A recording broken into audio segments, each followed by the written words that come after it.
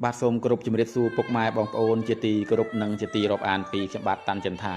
បាទថ្ងៃនេះខ្ញុំបាទបានវិលមកនឹងពំនាំនៅបទចម្រៀងមួយបទដែលជាការបកស្រាយគោករបស់ក្មួយស្រីច័ន្ទដារាវតីបាទនិយាយរួមទៅពុកម៉ែបងប្អូនវីដេអូនៃការបកស្រាយបទចម្រៀងរបស់ក្មួយស្រីច័ន្ទដារាវតីមួយបទក្នុងពេលនេះមិនមែនជាការបកស្រាយជាផ្លូវការនោះទេពុកម៉ែបងប្អូនបាទពោលគឺបទចម្រៀងមួយបទនេះក្មួយស្រីបានហាត់សមនៅបទចម្រៀងនេះឲ្យចេះចាំប្រូស្ទាត់បានខ្លះៗតែប៉ុណ្ណោះពុកម៉ែបងប្អូនបាទក៏ប៉ុន្តែនៅពេលដែលបានឃើញនៅបទចម្រៀងមួយបទនេះក្មួយស្រីបានហាត់សមទៅនៅពេលដែលចេះចាំប្រូឃើញថាមានភាពពិរោះដូច្នោះហើយខ្ញុំក៏បានថតទូរស័ព្ទយកវីដេអូមួយបទនេះយកមកធ្វើការចុះផ្សាយមកឲ្យពុកម៉ែបងប្អូនបានស្ដាប់កំសាន្តផងដែរបាទហើយវីដេអូនៃការហាត់សមនៅបទចម្រៀងមួយបទនេះមានចំណងជើងថាភ្នោសមុទ្រនិយាយរួមទៅបទចម្រៀងភ្នោសមុទ្រនេះពុកម៉ែបងប្អូនបាទក្មួយស្រីច័ន្ទដារាវតីគឺគាត់ព្យាយាមហាត់សមបាទជាមួយនឹង speaker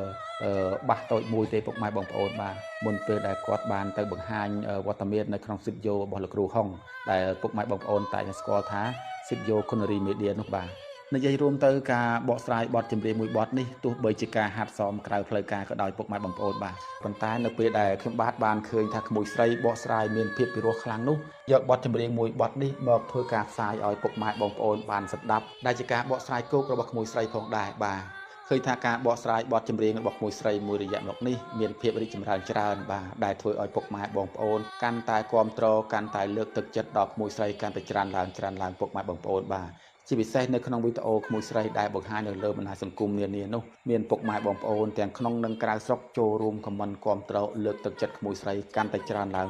ហើយពុកម៉ែបងប្អូនបាទដូច្នេះហើយដើម្បីកុំឲ្យពុកម៉ែបងប្អូននឹងរងចាំយូរសូមស្ដាប់នៅការបកស្រាយគោកបទចម្រៀងដែលមានចំណងជើងថាភ្នោសមុទ្ររបស់ក្មួយស្រីច័ន្ទដារាវតីដូចតទៅបាទ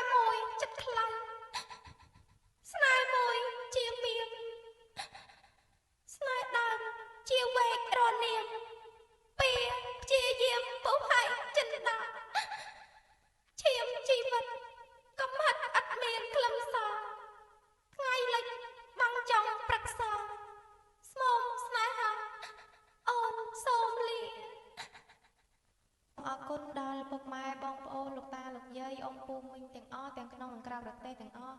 ដែលតែងតែស្រឡាញ់គាំទ្ររូបនាងខ្ញុំចាសសូមជូនពរឲ្យជួបតែសេចក្តីសុខសេចក្តីចម្រើនកុំបីឃ្លាតឃ្លាឡើយចាសសូមជម្រាបលា